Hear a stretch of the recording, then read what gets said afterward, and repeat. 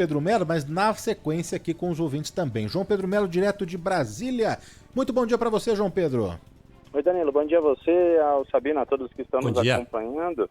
A gente está de fato de olho, né, no Congresso Nacional aqui, porque o presidente Lula pode recorrer a qualquer momento ao Supremo Tribunal Federal com relação àquele decreto que trata sobre o aumento do IOF. Essa medida foi derrubada pelo Congresso Nacional anteontem, né, e foi uma medida que mexeu bastante com o governo. Tanto é que o presidente tem se mostrado um tanto quanto chateado, cancelou reuniões que teria com o Hugo Mota ao longo dessa semana, mas nos bastidores tem dito que é preciso retomar o diálogo. Ele quer conversar com o próprio Hugo Mota, também com Davi Alcolumbre ao longo do fim de semana, para decidir o que pode ser feito com relação a essa medida. São 3 alternativas que estão na esfera, no radar nesse momento do governo. A primeira, deixar a situação como está, a gente falou sobre isso ontem. A segunda seria judicializar esse tema no Supremo Tribunal Federal. E a terceira, e a que mais preocupa, é de fato o congelamento de gastos. Porque nem só os parlamentares com as emendas, né, seriam ali prejudicados por esse congelamento, mas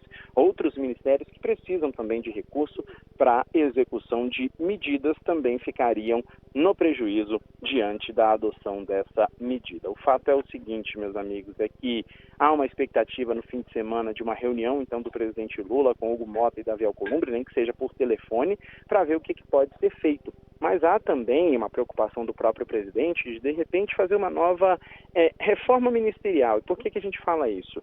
Porque a situação, nesse momento, segundo a avaliação de alguns interlocutores do presidente, é um tanto quanto preocupante. Por quê? Porque o presidente diz que os apoios que foram dados a esse texto foram de partidos que teoricamente são do centro, mas que têm ministérios.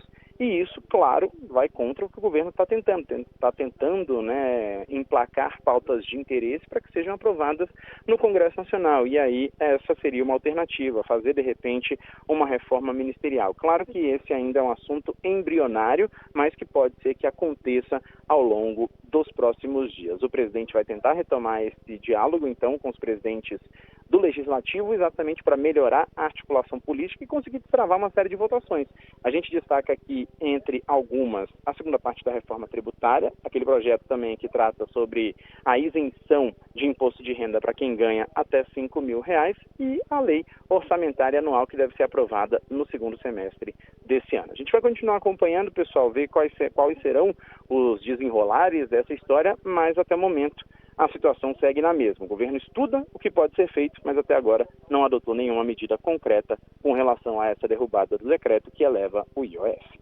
E trocar uma ideia aqui com o nosso ouvinte sobre esse caso da votação do pacote que foi rejeitado lá no Congresso Nacional, uma verdadeira surra que o governo tomou no Congresso Nacional. É o seguinte, qualquer governo tem distribuição de cargos, principalmente no primeiro escalão, mas também no segundo e no terceiro, pouco visível, mas também existe. Nessa divisão de cargos, você coloca lá ministros, por exemplo, de partidos que o apoiam ou que o apoiaram na eleição, que o apoiam no Congresso Nacional. Ou seja, os ministros não estão lá pura e simplesmente porque o presidente acha que eles têm lindos olhos azuis. Os ministros estão lá para desenvolver o trabalho da pasta, mas também para que o partido que o ministro representa vote com o governo no Congresso Nacional.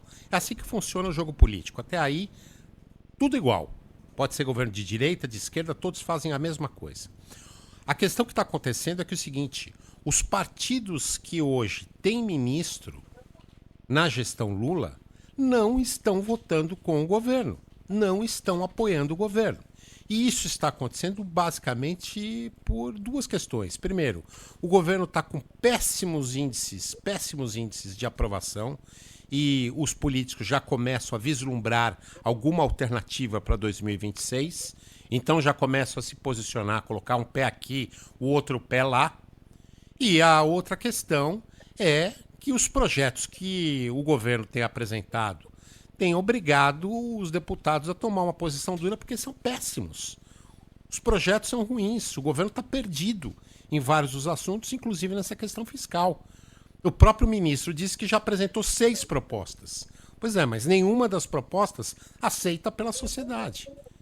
Então, há que se discutir nesse momento a questão política no entorno do presidente Lula. O presidente está enfraquecido, o presidente não está tendo o apoio dos próprios partidos que são representados pelos ministros hoje que fazem parte do governo.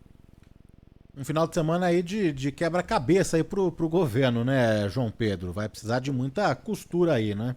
Exatamente, viu, Danilo? Vai precisar de muita costura, muitas reuniões, né, ao longo desse fim de semana, para decidir o que vai ser feito a partir de segunda-feira. Mas, o que a gente está acompanhando também aqui, uma informação de bastidor, é que o Mota avisou alguns ministros do governo que ligaria para o presidente Lula, exatamente para tentar abrir esse canal de comunicação com o Palácio do Planalto, tá?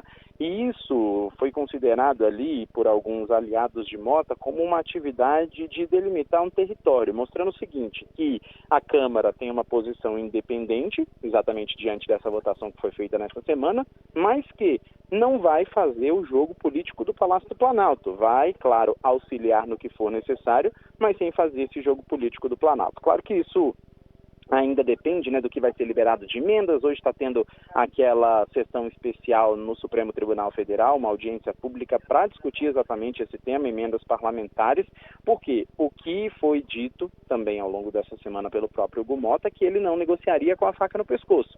E qual é essa faca? Essa faca no pescoço é porque o presidente Lula disse que se o IOF fosse derrubado, as emendas parlamentares não seriam pagas. Hugo Mota, insatisfeito com isso, colocou esse tema em votação, então, portanto, agora aqui no Supremo está se discutindo a possibilidade de um acordo com relação a essa transparência das emendas e também para ver como é que vão ser pagas essas emendas a partir de agora.